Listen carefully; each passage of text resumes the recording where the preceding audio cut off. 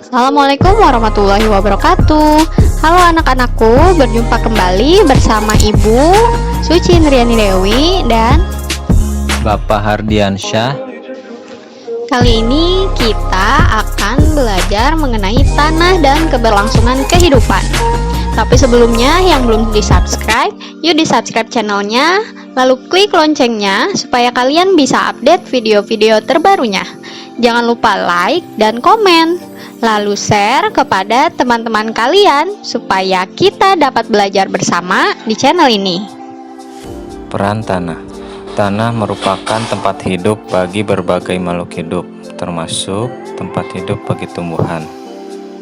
Selain hewan, dalam tanah juga terdapat bakteri, meskipun tidak dapat kamu lihat pada saat pengamatan. Tanah juga berperan sebagai penunjang kesehatan dan penyedia keperluan manusia. Tumbuhan yang merupakan sumber pangan utama bagi hampir semua makhluk hidup. Sebagai penyedia dan penyaring air, sumber air utama berada di dalam tanah. Nah, berikut uraian tentang beberapa peran organisme tanah. Yang pertama, dekomposer.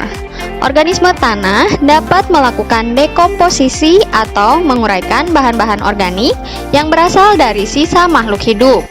Daun-daun yang telah jatuh ke tanah, ranting-ranting, dan jasad hewan yang telah mati akan diuraikan menjadi materi anorganik. Selain itu, juga dapat membantu pelapukan.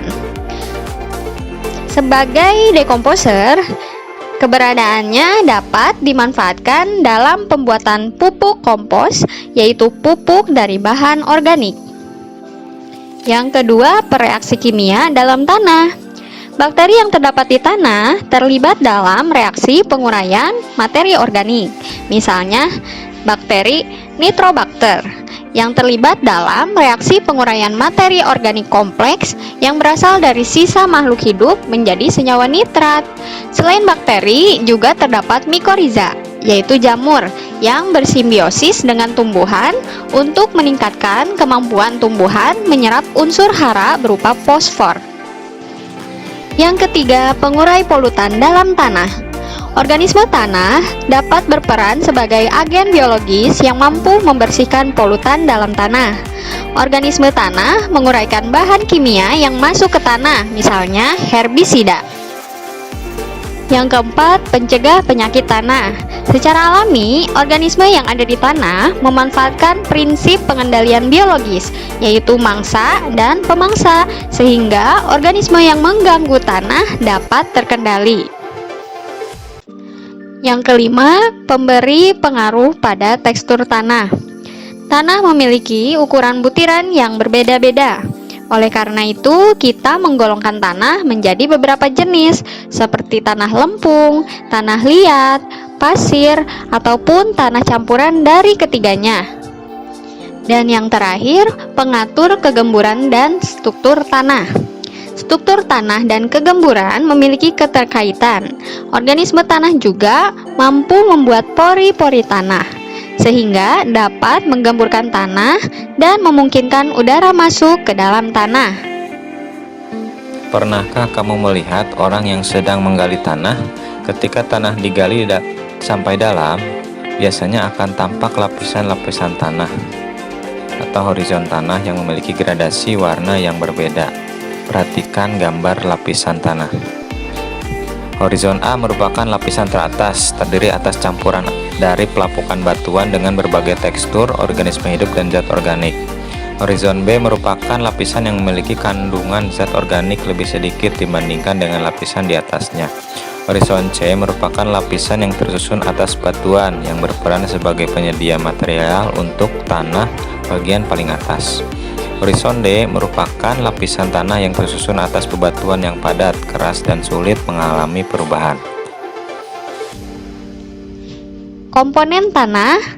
Yang pertama, batuan. Batuan merupakan bahan padat yang terbentuk secara alami yang tersusun atas campuran mineral dan senyawa lain dengan berbagai komposisi. Para ahli mengelompokkan batuan menjadi 3 jenis, yaitu batuan beku, sedimen, dan metamorf. Yang kedua, udara. Meskipun tanah adalah benda yang tampak padat, tetapi sebenarnya pada tanah tersebut terdapat rongga-rongga yang berisi udara. Yang ketiga, humus. Humus adalah komponen organik yang dihasilkan dari proses dekomposisi atau penguraian hewan atau tumbuhan yang telah mati, daun yang gugur, ataupun kotoran hewan oleh bakteri dan jamur. Selanjutnya, air, mineral, dan komponen organik. Selanjutnya, ini adalah upaya menjaga kelestarian tanah. Dengan cara pengelolaan tanah menggunakan tanaman dan pengelolaan tanah miring, mengurangi penggunaan pupuk kimia, pengelolaan tanah yang tepat untuk monokultur, dan daur ulang sampah yang sulit terurai. Baiklah anak-anakku, mari kita uji kemampuan kalian. Kerjakan praktikum pencegahan erosi halaman 173 sampai 175. Kerjakan di kertas HVS atau folio bergaris dan kirimkan melalui WA Group. Dilengkapi dengan foto praktiknya. Anak-anakku, selesai sudah materi kita kali ini. Sampai bertemu di materi selanjutnya. Wabarakatuh.